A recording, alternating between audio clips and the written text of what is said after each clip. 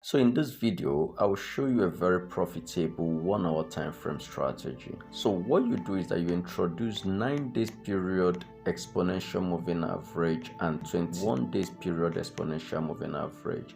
And from the chart, this is USD JPY. We see that the blue moving average is the 9 days moving average, while the lighter blue is the 21 days period exponential moving average. So when you plot that, you ensure that your price is above or below it, not going sideways.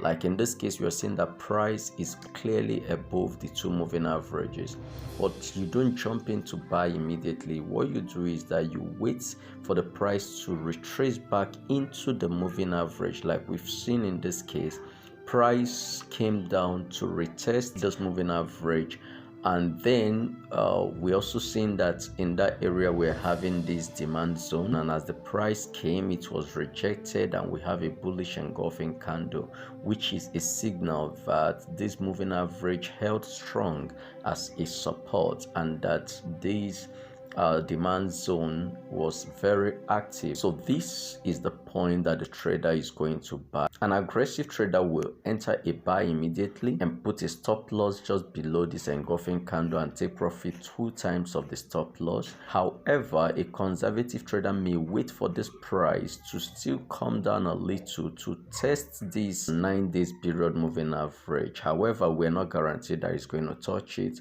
but if it does, it will be a more profitable trade. So in this case, this market is proving to be bullish. So whether you're entering as an aggressive trader or as a conservative trader, the risk reward ratio is quite high. So once you confirm that the moving average is holding when price gets back to it, then you buy and put your stop loss just below the candlestick that confirmed the strength of the moving average. That's a very good way to make quick profits as an intraday trader.